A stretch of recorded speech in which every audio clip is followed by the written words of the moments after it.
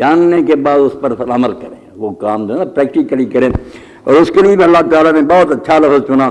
کوئی نہیں کہا کہ وہ حسنا فلاں، یہاں صالحات کا کہ وہ کام تندرست ہونا چاہیے، اس میں کوئی خرابی نہیں ہونی چاہیے.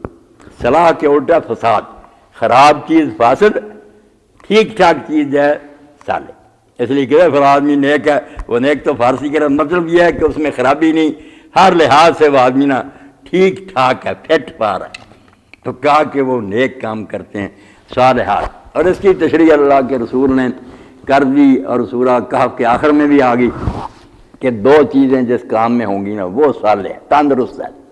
ایک تو نیت کا خلوص کہ صرف اللہ کے لیے کیا جائے، اور دوسرا رسول اللہ کی پیروی میں کیا جائے. خلوص کہ شرک نہ ہو، نیت میں کوئی ریاکاری نہ ہو، اور دوسرا کرنے کا طریقہ اللہ کے پیغمبر کا بتایا ہوا. اس سے ہٹ کر ہم کتنے اچھے کام کریں نا، وہ اچھے کہتے پھریں بدعت ہو سکتے ہیں، عمل صالح نہیں ہو سکتا. تندرست عمل ہوا جس میں یہ دو خرابیاں نہیں، نہ اس میں اپنی طرف سے کوئی بات گھڑی ہے، اتباع ہے، پیروی ہے رسول کی، اور ساتھ نیت میں کوئی خلل نہیں، اللہ کے لیے صرف.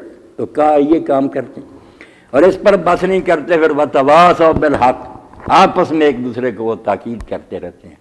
ساتھیوں کے وہ ایک قافلہ ہوتا ہے، جماعت ہوتی ہے، جس کو دیکھتے ہیں کہ یہ پیچھے رہ رہا ہے، گر رہا ہے، اس کو اٹھاتے ہیں، ساتھ لے کر چلتے ہیں، ہدایت کرتے رہتے ہیں اس کو. حق صحیح باتیں جو دین نے بتائیں وہ ایک دوسرے کو سکھاتے رہتے ہیں.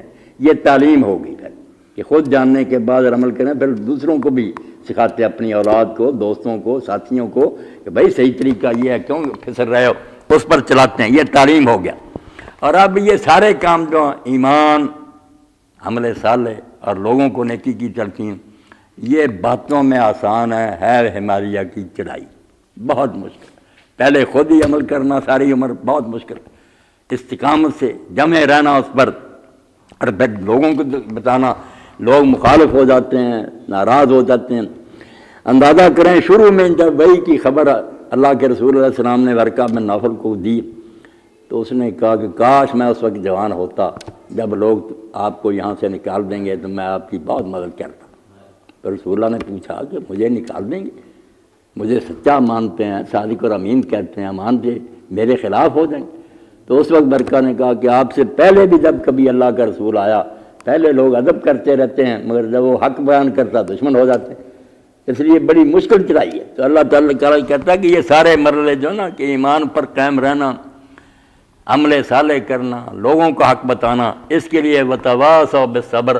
پھر وہ آپس میں ایک دوسرے کو تلقین کرتے ہیں کہ ڈگمگانا نہیں، پاؤں جوان میں لغزش نہیں آنی چاہیے، جمع رہنا. اور بے شک آ کر طوفان ٹکرے لیں، سیلاب ٹکرائے، اپنے راستے سے نہیں ہٹنا. تو یہ چار چیزیں جب ہو گئیں جمع، ایمان، نیک عمل، اور لوگوں کو بھی دین کی تلقین، اور پھر خود بھی اور ساتھیوں کو بھی ثابت قدم رکھنے کی کوشش.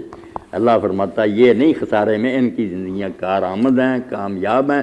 جو یہ چھوڑ جائیں گے، ان سے روح گردانی کریں گے، وہ اپنی زندگیاں برباد کر کے جائیں گے. ان کے لیے یہ لعنت بن جائے گی، جہنم کا ایندھن بنیں گے. وآخر دعوانا الحمدللہ رب العالمین وصلی اللہ تعالی علی خیر خلقہ سیدنا و مولانا محمد و آلہ وصحبہ اجمعین.